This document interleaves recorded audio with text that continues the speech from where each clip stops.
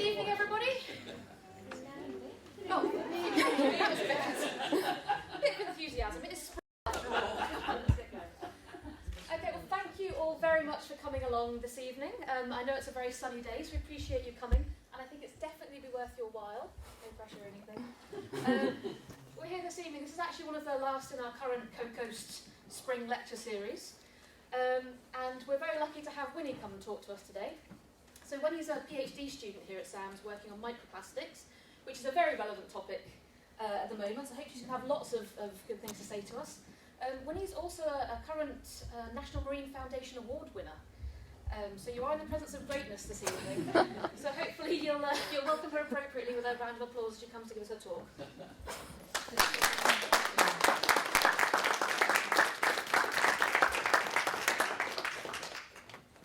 Thank you, everyone. Thanks, everybody, for coming. Yes, I'm just going to give a talk about marine plastics, what they are, and then some of the research that's being undertaken here at SAMS.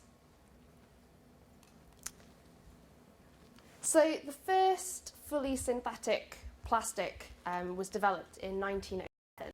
This was Bakelite.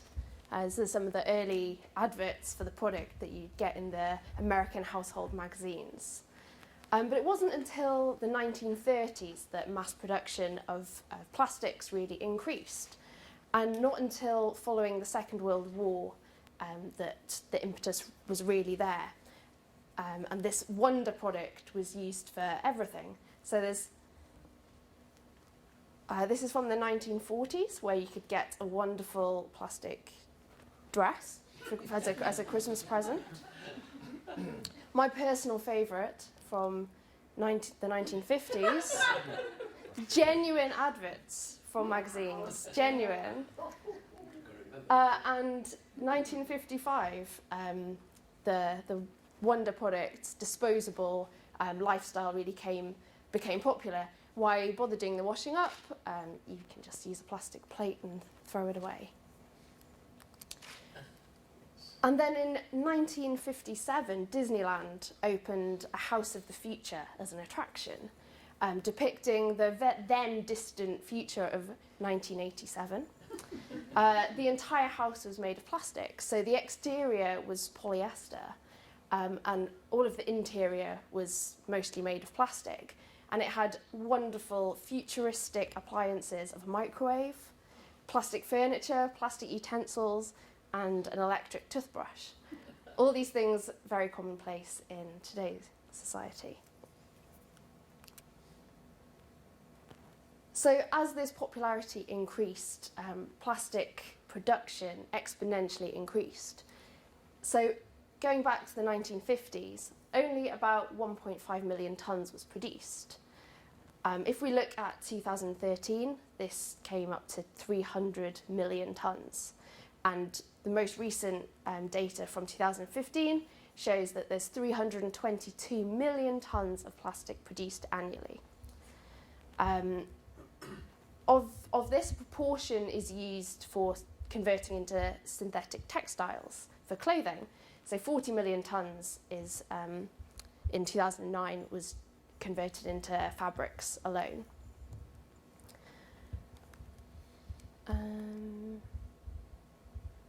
So with all this plastic that's produced, only a very small proportion of it is actually recycled. 26% of the plastic items are in packaging.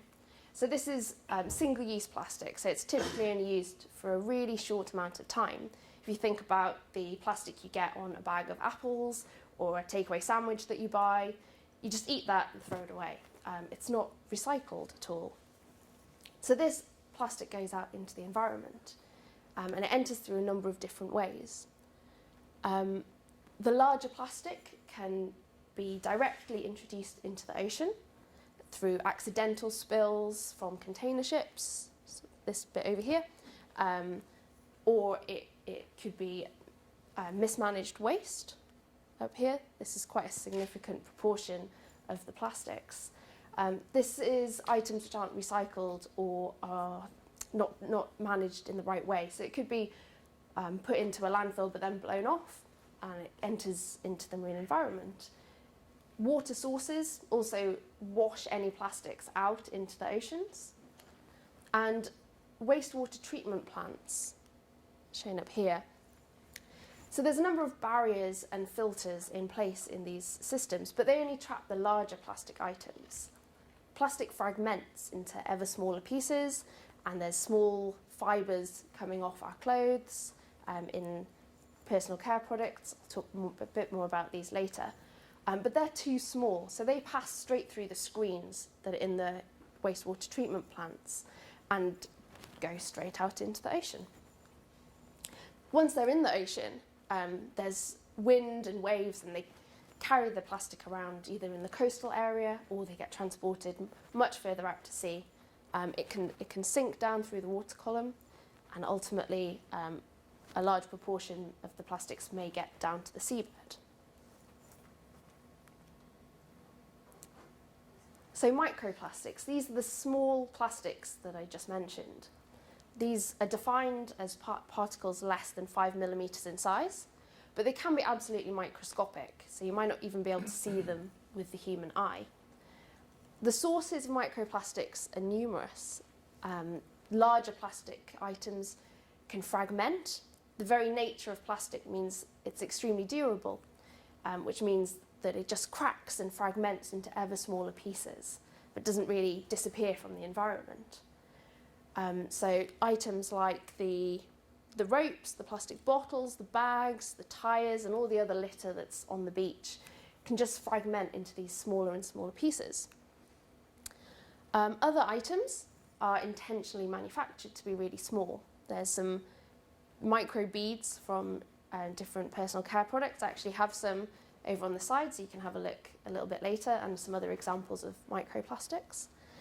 But these are really small, intentionally manufactured to be that way, to make your skin feel really good, perhaps. I don't know if you enjoy rubbing plastic on yourself. But also clothing is a big source of microplastics. So every time we wash our clothes, little fibres come out.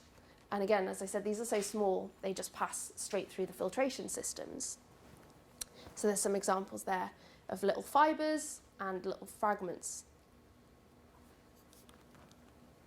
These can interact with marine life, which can enhance the breakdown. The larger items are exposed to the UV radiation, to wind, to waves on the beach, which increases the rate of which they break down. So where does all this plastic accumulate? It's out there in the ocean, but is it going somewhere? Well, there's a number of regions where it may accumulate. So there's ocean gyres, as shown here. Due to the way that the wind and the ocean currents move, these areas almost like swirling vortexes of ocean. So once a plastic goes into them, it's very hard for them to get out. So you may have heard of these floating islands the size of Texas, or these mass garbage patches, always used as a reference. Well, it's not strictly true. If you were sailing your boat through it, you wouldn't strike an island made of plastic. But there is a lot there. So it looks more like this.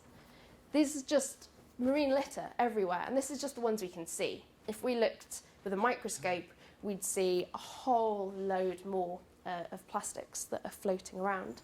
It's almost like a fog, a smog of plastics. So other areas where they might accumulate, in the surface waters, the majority of plastics are buoyant, which means they float in water. So they'll just be carried along in the ocean surface under the effect of the currents. They may wash up on beaches, so particularly up in the strand line here, you get all the plastics mixed in with the organic material. And it's really easy to see these on beaches, so they look quite heavily polluted. But other parts of the water might be just as much with the really small plastics. We just can't see them. They also accumulate in estuaries and in marine sediments. These plastics can get covered with biofilm, which is a film made up of organic material, different plants, animals, bacteria that colonise the plastics. And this makes them sink more rapidly out of the surface waters. They also accumulate in freshwater. So until now I've only spoken of marine systems. You find them in lakes, particularly the American Great Lakes have been studied, and quite a high concentration has been found there. In ice, they're up in the glaciers, and also on land. So an application of sewage sludge that comes out of these wastewater treatment plants is to actually use them as agricultural fertilisers. Whilst they may fertilise the land, there's probably a lot of microplastics in them, so we're just spreading that plastic all over the agricultural land.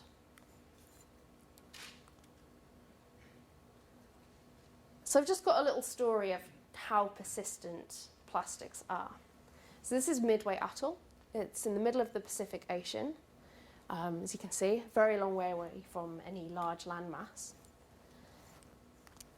And it's home to thousands upon thousands of albatross. It's quite famous because of how many albatross it has. Oops, wrong one. So in 2005, an albatross chick was found dead, and inside it contained loads of different plastic items.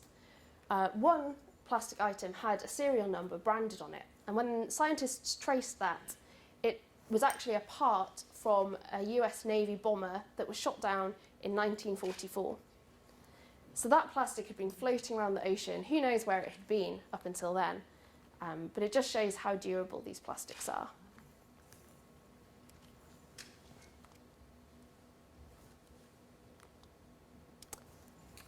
Okay, so why should we care that there's plastic out there? Well, plastic is a pervasive environmental threat, as I've just explained. It's so durable. Most of the plastic that was first created is still on this planet. We don't know how long it'll last. As this breaks down, it gets smaller and smaller, and therefore it becomes bioavailable to a wider range of animals. Even the smallest copepods, zooplankton, millimetres in size, have been found to ingest microplastics. So everywhere we look, there's plastic. Once it's inside the body, these plastics might break down a little bit, and they contain lots of different chemicals used to enhance the features of the plastic. So they're added to make it stronger, to make it shiny, to give it a good colour, all these nice characteristics that we want from the plastic items we create. But these pollutants have actually been shown to be carcinogenic and have endocrine disruption effects. They can also transport invasive species all over the globe. So plastic in one area can be colonised by organisms and be carried along by the ocean currents, and these organisms can go and invade the new areas, maybe outcompeting some of the native species that are there. Actually, an invasive species of mussel was found in Scotland, transported by plastic debris. They cost the economy a lot of money, up to $8 billion per year.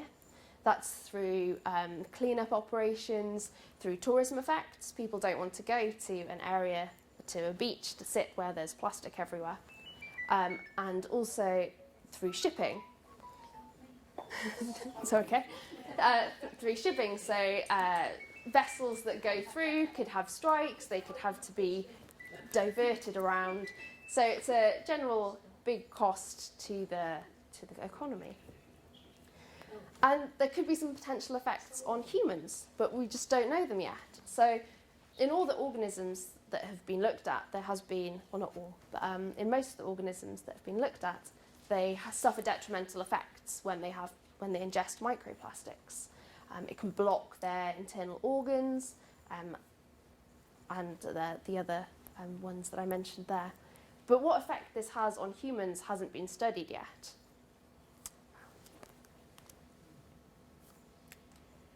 Just to highlight the scale of the problem, over 660 species of organisms have been found to have ingested microplastics. That's a growing list as studies increase. It's very hard to look at all of the organisms, and those that are studied are the nice larger ones that perhaps people care about a bit more, the whales, the seabirds, the turtles. So to explain this, the number is how many individual species, and the percent is of that group. So about 60% of all bird species ingest microplastics. When we look at turtles, all species of turtles have been found to contain plastics inside them. So the scale is really, really large. The invertebrate list is ever growing as more and more studies are moving on to looking now at invertebrates.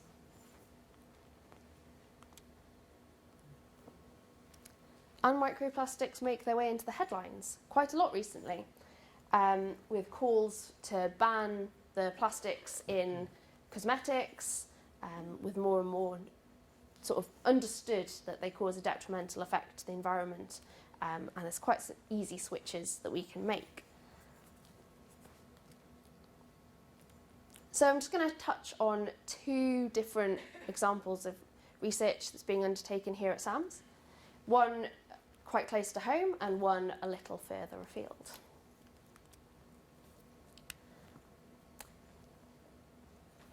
So this study looked at mussels around Oban and looked at quantifying the ingestion of microplastics by mussels. So why mussels? They're filter feeders. So this means they ingest large volumes of water and filter out any of the organic material from that water. So in that way, they're really good indicators of water quality. If there's any heavy metals in the water or microplastics, they'll also ingest those and will retain them in their bodies. So really good indicator species. So mussels were collected from around Oban. So this is us here. This is Oban. This map is a zoom in of this section. The town centre is a little further to the south. The blue dot shows where Donnelly Castle is, just to give you your bearings. So some mussels were collected from the shore in the town. This is up by the beach by Corran Halls, further up by Donnelly, and this is Small Ganvin. So pretty close to home. And I looked at how many plastics were inside those mussels and what types they are.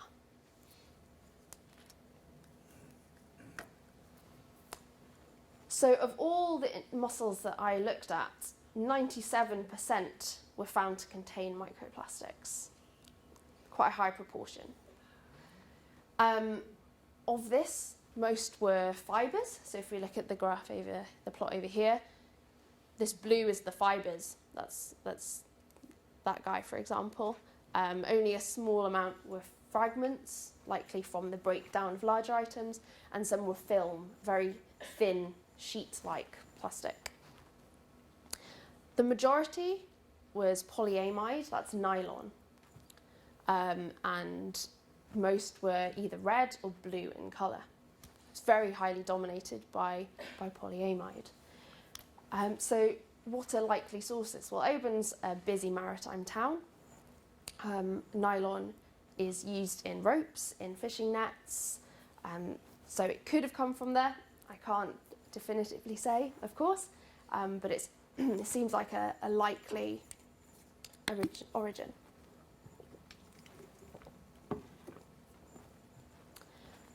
So on average, mussels contained about 3.4 fibres per gram of soft tissue. Now an average mussel is about 4 grams in weight, just the soft tissue, without the shell. So that's, 14 pieces of plastic per mussel. It's quite a lot.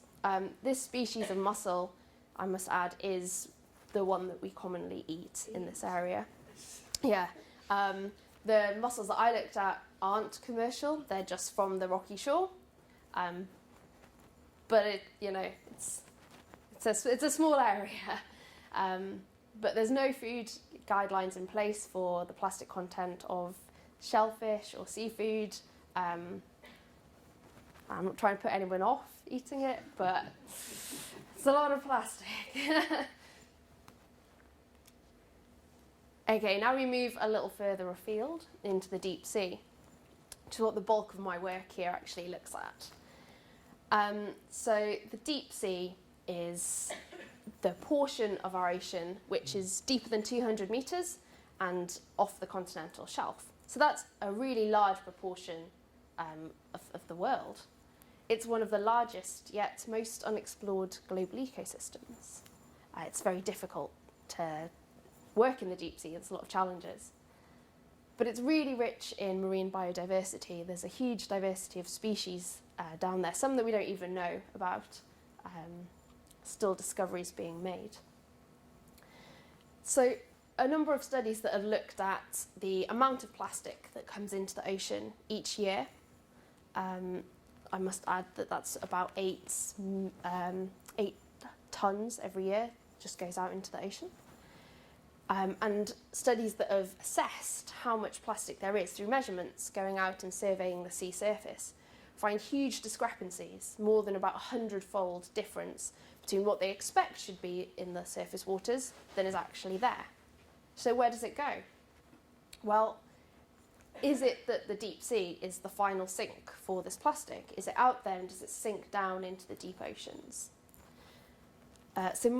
My work here is looking at quantifying and characterising microplastics in the deep sea sediment, in the benthic invertebrates, that's the ones that live down on the seabed, and also in the sediments. Also to consider how that plastic might get down into the deep sea, and using a historical time series of invertebrates that we have here at SAMS, and to see if I can go back in time and look when microplastics may first appear in the deep sea. So this is my study location. Again, this is Oban, this is where we are now. And the red triangle is where I work. So if the darker blue colours are deep water, and the paler is light water. So this area here is the continental shelf, and then it shelves off into quite deep water. Around here, this section is called the Rockall Trough, and my site here is about 2,200 metres deep. It's mainly a muddy bottom area, but with a lot of organisms that live there, particularly these brittle stars. You can see the outline of one there, buried just below the surface. There's one just up on the surface there. I turn to my notes because I can't remember quite how far offshore this is. So if you go straight across to the Outer Hebrides, this site is about 170 kilometres offshore and 270 from mainland Scotland. So it's relatively remote. So I'm just going to show a really short video of what it's like, how it is to get these plastics from the deep sea. This was filmed on a research trip last year. Here we go. Sea is a portion of our ocean deeper than 200 metres and off the continental shelf. This vast area has largely been unexplored. However, its great depth does not mean that the deep sea and the animals that live there do not face a number of impacts, including marine plastics and microplastics. Microplastics are small pieces of plastic, less than 5 millimetres in size. Plastic is a very durable material, which means once it enters the marine environment, it breaks down into ever smaller pieces, but does not disappear. The ultimate fate of microplastics in the marine environment is not well understood.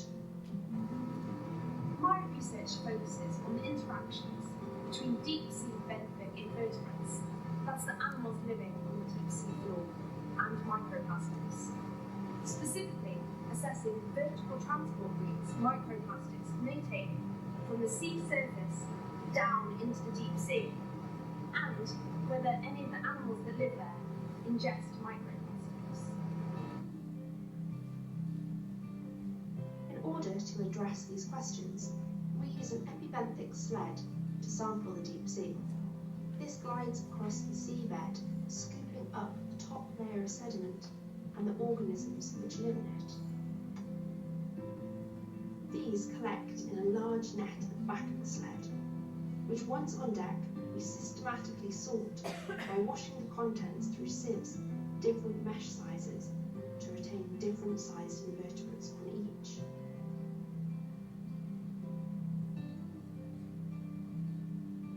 The larger individuals are removed, individually wrapped in aluminium foil and frozen for further microplastic analysis once back in the laboratory.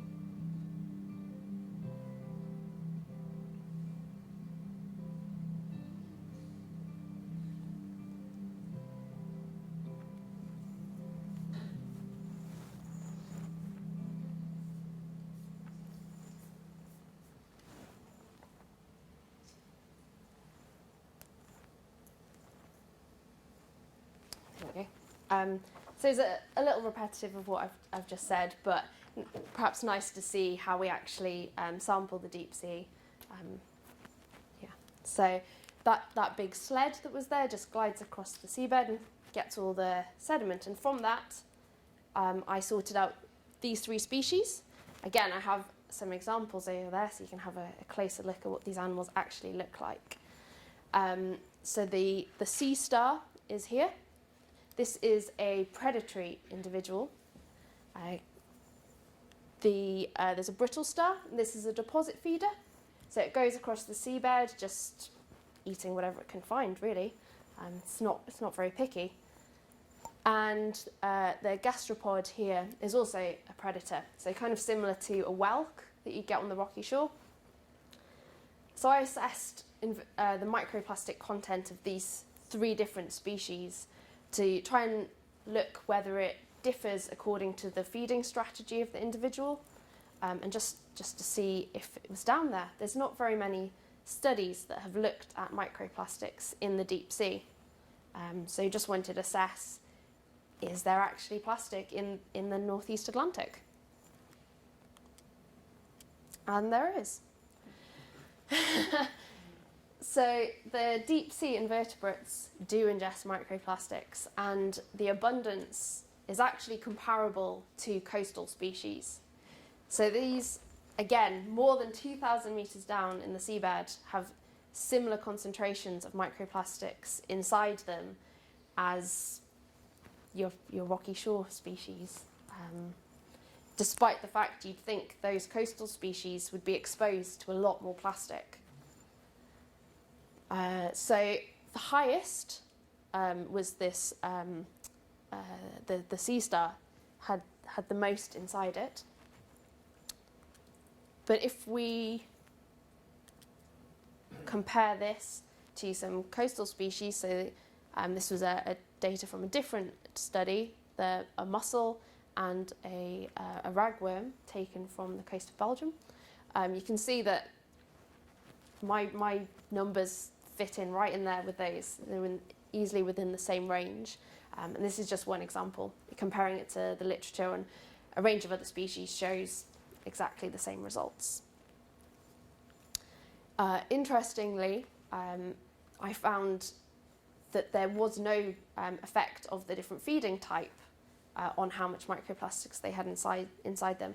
Actually, the size of the individual is more important and how many it could get inside it. So the bigger individuals had more than the smaller, but it didn't vary across feeding. So these microplastics are just ubiquitous. They're just, everything's taking them in. Now, if we look at the polymer composition, this is the penultimate graph, I think, I promise.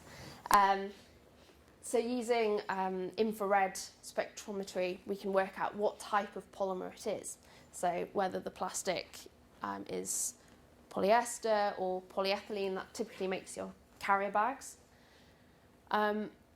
the majority of items, again, with these fibres, we're just finding fibres everywhere, and other studies the same, more than fragments. But if we look, the majority were acrylic and polyester. Now, acrylic and polyester are used really widely for clothing, for textiles.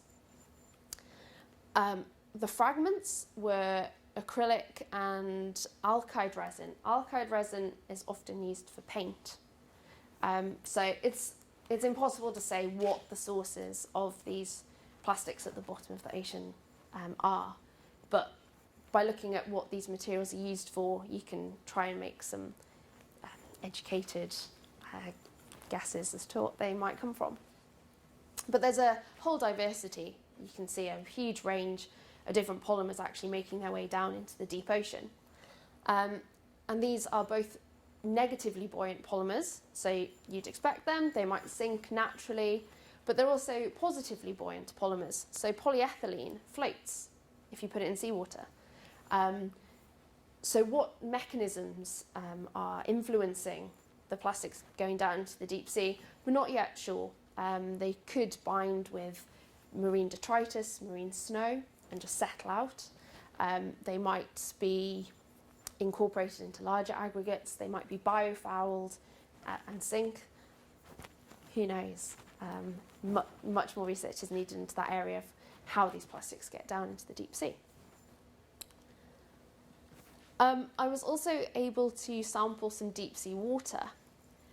So in the same locations where those invertebrates were taken from, I collected 240 litres of deep sea water and filtered this. This was just 7 metres from the seabed, so this was about as deep as we could safely put down the apparatus to collect the water. And all of the items that I found were fibres, and there's the equivalent of 71 fibres per cubic metre of seawater. So that's quite a lot. If you look at the surface concentrations of microplastics in the Northeast Atlantic, estimates range from about 2 to about 100, depending on the region and the time that you sample. So slap bang in there. The deep sea has the same as the surface waters of this region. Again, polyester made up a really high proportion of that material. And interestingly, PET was found in the water, but it wasn't found in the animals. So PET is used in drinks bottles, in lids, quite commonly.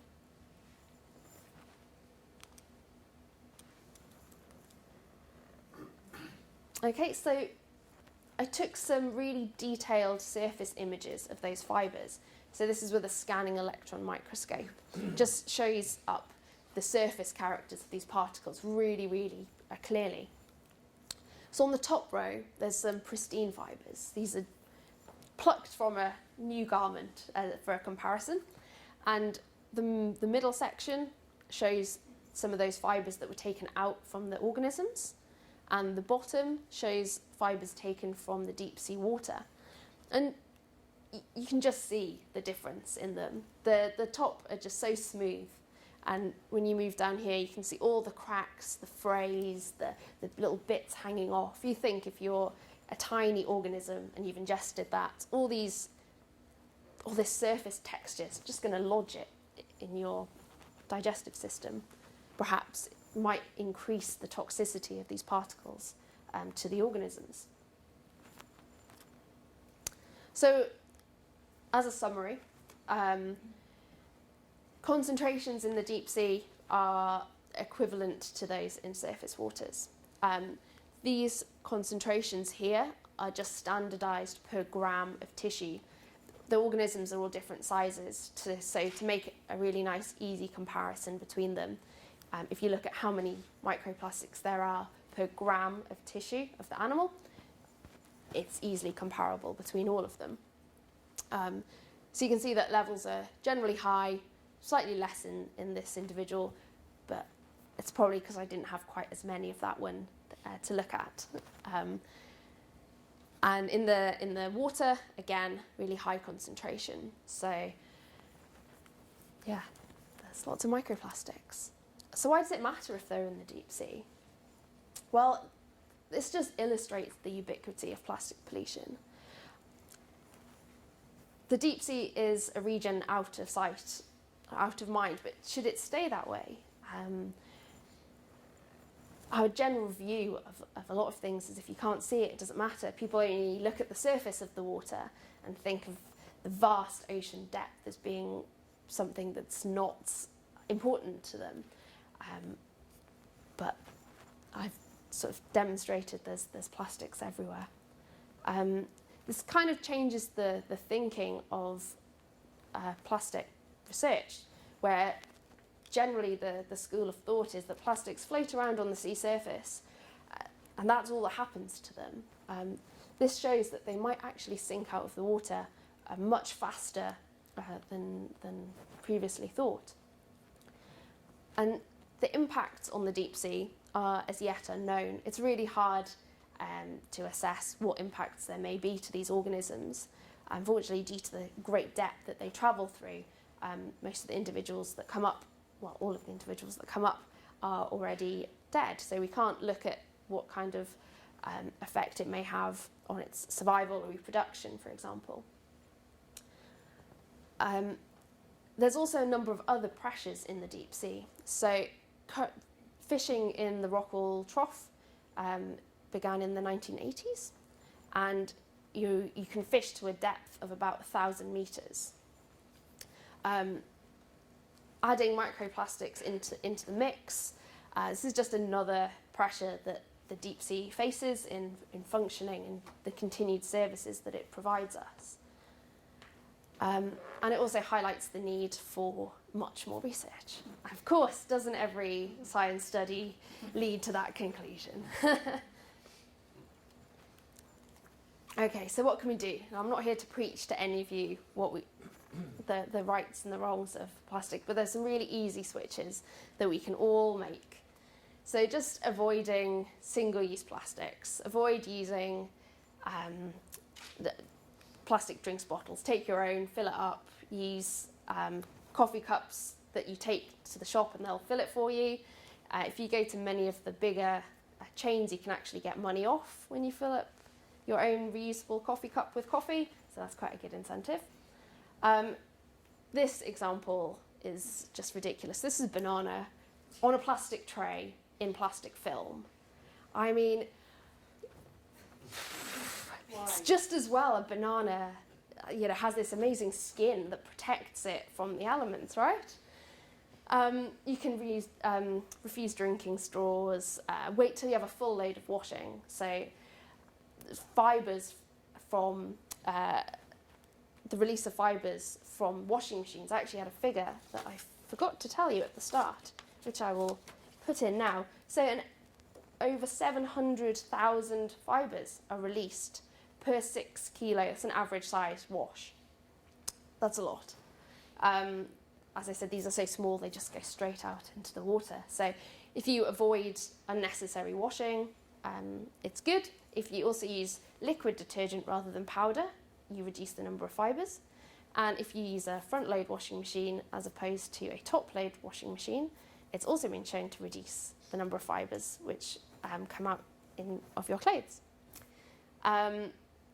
Dispose of litter responsibly. You can also participate in beach cleans. We have lots of beach cleans. I know the SAMS people are really good at going out and cleaning the back beach here. This is some of the litter I found on a survey at Ganavan in about 5 minutes. And you can support online campaigns.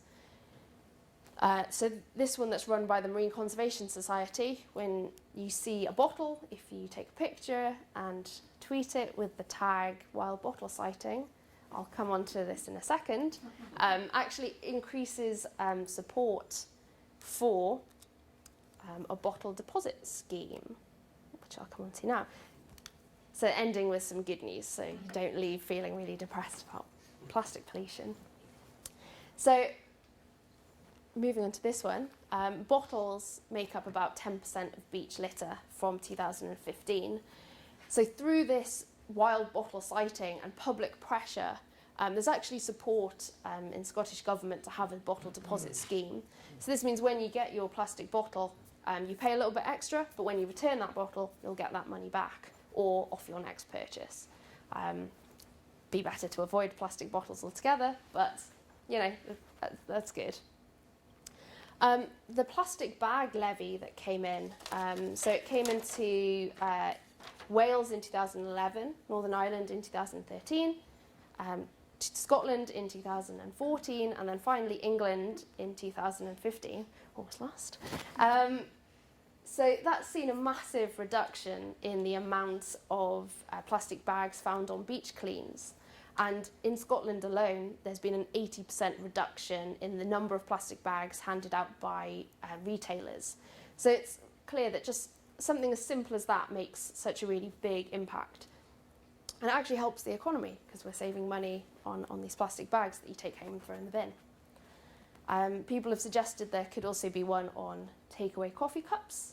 These coffee cups are cardboard, but they're lined with plastic, which means they can't be recycled. And in the UK, we use 2.5 million every year, so a huge source of waste. The ban on plastic microbeads in cosmetics, that came about through a lot of public support and pressure, in effect the end of 2017 or 2018, but a lot of people are moving away from it to make a political statement, which is great. And also there's a lot of innovative products. So this little example I really like, which is why I put it there.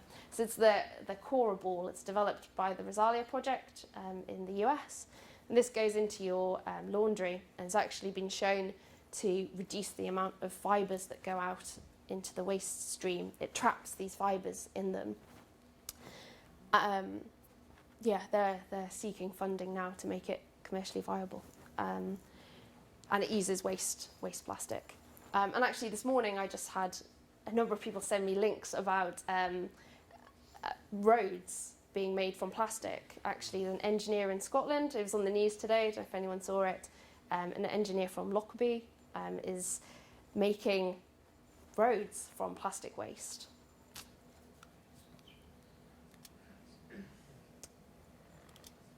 Ooh.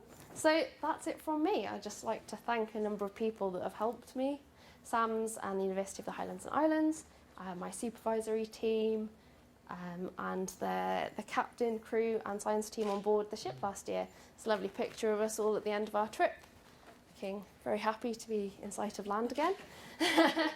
And that's it from me. Thank you all so much for listening. If there's any questions, please ask away.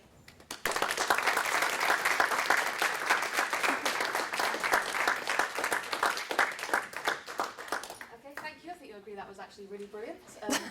Otherwise, you think coming and telling a group of people from Scotland that our fleeces are devastating the environment is slightly sad, but we'll gloss over that quickly.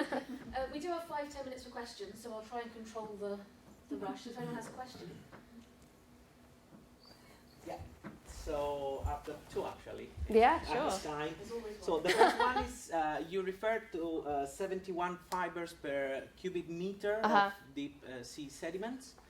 Water, but yeah. In water was it? Okay, but the question was on when you core and you study the sediments, do you study also if there is a stratification of these microfibers? Because sometimes, if I remember well, in deep sea, it can happen like that there is sedimentation of other. Material, so I was thinking if these microfiber are just on the surface or can be stratified. Yeah, it's really good. This year I'll be collecting these sediment cores. I haven't done it yet, but unfortunately in the area that we work, the sedimentation rate is actually lower than the rate of bioturbation. So there's a lot of worms, polychaete worms, that live in that sediment, and they're turning it over faster than it can be laid down, so you won't get the clear sediment structure that could be related to the years.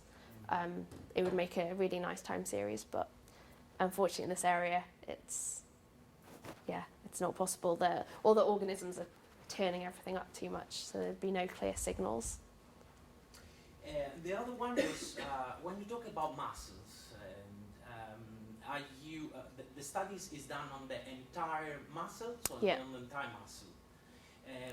The point is they usually can select actively the particles, so they can be really high selective, also oysters. So my question is, did anybody studied also the feces or the pseudofeces, or just the concentration of microfibers within the gastric, so those that are ingested rather than the entire muscle? Yeah. Because from a human consumption can make a difference. It's still a problem for the environment, I agree. But sometimes they pass through depuration, depending on the quality of the water. So probably with this depuration period, they can also eject this microfiber if they are not ingested. So they may. So the study that I did was mussels straight from the environment, and to see how much they had. But there's an undergrad student here, Rebecca Kynock, who's just done a dissertation on that very topic. It's a shame she's not here. So we got mussels and we fed them, exposed them to very low concentrations of microplastics mixed in with food. Then she took them out and put them into a clean water beaker for different time periods. And by the end of her study, she only looked at about 30 hours or 36 hours, I think, but they still had microplastics inside them. And she'll be giving a talk on Thursday. You can ask her then. Yeah, Thursday. So, yeah, I'm trying to think. There might be some other studies that have looked at that. There's a lot of work on mussels and microplastics. They're such an ideal organism to look at. And I think generally even people that have left them longer have found microplastics inside them. I don't know how long you'd have to go until they would fully depurate, but it could definitely be an idea to have in sort of food guidelines some kind of depuration period. thank you very much. No, thanks. I have a question, kind of following on from his first question, and that's about all of that mud that's sitting in the mud store behind us, with animals in it. And I know that we talked about, and I think Natalie has talked to Natalie about it. I mean, have you looked at whether you can see changes in the food in these animals that are dead in the mud store over time? Because Natalie tells me that there's lots in the old stuff, but There is. has it actually increased over time? Is my question. No. It's still just the same. It's a work in progress at the moment. I'm still analysing data on that, which is why I haven't mentioned it. Yeah, there's a time series back to the 70s of large invertebrates. Because what would be interesting, it'll be interesting either way, whether they have the same amount, if a urchin in the 70s had, 10% microplastics, and in the 90s it has 10% microplastics, in 2000 had 10% microplastics, that'll be interesting. And if it increases over time, that'll be interesting. Yeah, so it'd be quite nice to know. I've found, from my rough look so far, absolutely no change. A high level throughout the entire time series. That's very interesting. Yeah, as far back as we've got. It'd be nice to go further, but We might have mud that goes further back. the mud has been collected by sled, which discards some of the particles, and there's too much risk of contamination from the environment. At least the organisms, if it's inside them, it'll have been inside them at the time, and there's no chance of in exposure from the environment. We all have so many synthetic fibres on us that could easily get mixed in with these samples, so you have to be quite careful. Yeah. And I have another question. Anybody else have more questions? It's all right. I'm here all night. So I'm really surprised by the fact that the gastropod had lower values than the filter feeder. I think it's because my sample size was really small. But still, the reason I'm interested is because the work that Kieran's been doing on on the carbon-14 also has very different values of radioactive carbon-14 in different types of species. Okay. So I think it might also have something to do with their feeding mode, which even though they're predators, they might be different type of predators. Yeah, they are eating different types of things. Yeah. Data on what these deep sea species eat is, Pretty nominal. yeah, Yeah. one study in the 80s, and that's about it. But yeah. yeah, they probably are eating different things. Yeah. Yeah. Yeah, it was interesting. I appreciate we might not be able to answer this depending on your research, but you might know from some of your wider reading, or if there's is in fact research into it. But you mentioned that there's kind of three sort of main forms of plastic that you've looked at, so the fibres, films and fragments, and then also a wide range of different, a huge plethora of different types of plastic itself. Do you know which maybe have a greater or lesser impact, whether it's sort of maybe things like the fibres might have more of an impact on animal life because they could, I don't know, wind themselves around things, fragments could end up blocking, or perhaps the different types of plastics, whether or not they contain different levels of carcinogens, or whether due to their nature they're more likely to break down and fragment and cause problems. Is there any research on the Yeah, there is a little cause bit. more or less? For some reason, the microplastics world seems obsessed with the shape of the plastic, and to document the shape and the colour more than anything else. I don't. It's easy to measure. Yeah, That's right. it's quite hard to measure the polymer type, but fibres are found most widespread in the environment, and they could have a larger toxicological effect because of their surface area to volume ratio. All the surface area gets, as you can see from the surface area pictures, gets all knobbly and much increased. That could not only harbour more biofilm that could have pathogenic species on it, but it could also lodge in the internal tracts easier. The higher the surface area of those particles, the greater the toxicological effect, is what is thought. And the smaller sized particle, I mean, my work doesn't even go into nanoparticles, but they're going to be out there. But the technology isn't there to analyse particles that small yet. But if you look, I'm convinced, plastic just breaks smaller and smaller. There has to be smaller stuff than I can see. And all of that is likely to have a bigger effect. It could have cellular effects on the organisms.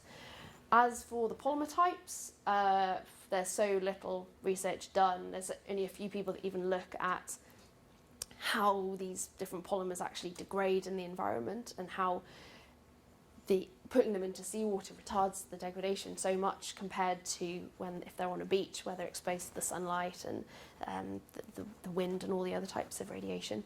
So I don't know of anything that looks at the effect of the different polymer types on the organisms. Any more questions? Appreciate it's not anything to this talk, but have you or have you worked on, or do you know much about any bioaccumulation of it further up the food chain? I know you did it on fairly low level species, but I guess fish and then moving into human. Yeah, there's about 3 studies that I can think of that look at bioaccumulation. One from fish to seals, plastic transfer of fish to seals. One that's done a whole food web, but of sand-dwelling invertebrates. And one that's gone from mussels to crabs. So yes, it does pass through the food chain. How long it's retained in the organism, we don't really know. It could be digested in a clean environment, but the environment is not clean. So that's the problem with lab studies. That's not entirely realistic because there's so many microplastics in the environment. But yeah, there's a few of bioaccumulation. No one is assessing what effect it has on people, or if we are exposed to microplastics through our food, which I think we definitely are. There's microplastics in the air around us right now, not to scare anyone, but there are. But yeah, no one really knows the effect on humans, and if it passes up that high. But I suspect it would. Can I follow on from that slightly? Just go into the realms of things you know but haven't actually researched. Do my best. There's a lot of research on things like seabirds and the effect of plastic ingestion on chicks, Mhm. that actually does affect survival and wider population changes. Is there any research on that in kind of the lower invertebrates? Is it affecting our lower invertebrates in terms of their own individual survival? Yeah, definitely. There is quite a lot of research on the effect of plastic on different invertebrates. Lots of mussels and crabs, nice animals. Yeah, it impacts reproduction, energy budgeting, how easily they can make a good burrow. Like there's all sorts of different effects that it can have. So we're looking at some population changes around our coasts or around various bits of water. We're talking about things like climate change or habitat changes. Could it actually be that perhaps plastic is having enough of an impact that we can see population changes? That's a bit hypothesis, but I mean, Potentially, quite an interesting one. There's loads of microplastics in sand. In areas where there's lots of turtle nesting beaches, they lay the eggs, and the sex of the turtle is determined by the temperature. So by having more plastic, I can't remember which round it is before I tell my story, but by having lots of plastic, I'm pretty sure it makes the sand a lot hotter. So it's affecting the sex ratios in that way. A tropical example, but I don't know of one closer to home, but yeah, it could have similar effects.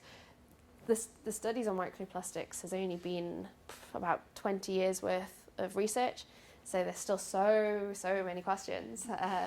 It's quite a young science, I guess. It's like the heavy metal story, isn't it? And that goes for, so in 50 years' time, we're probably going to Yeah. answers to a lot of these things. But Yeah. There's a lot more people working on it in recent years, so it's good. Everyone can push us forward in our understanding. we've got time for one more question. If anyone has a burning desire. Okay, well, that's brilliant timing. Thank you. No I'm worries. sure we'll even hang around for a little bit afterwards and to share some bits and pieces here if you're interested in seeing Yep. some vertebrates and things lurking behind me here. So please feel free to stay, have another drink and chat to Winnie and, Yep. and see what she's got. And then actually join me in saying thank you again for a brilliant talk. Thank you.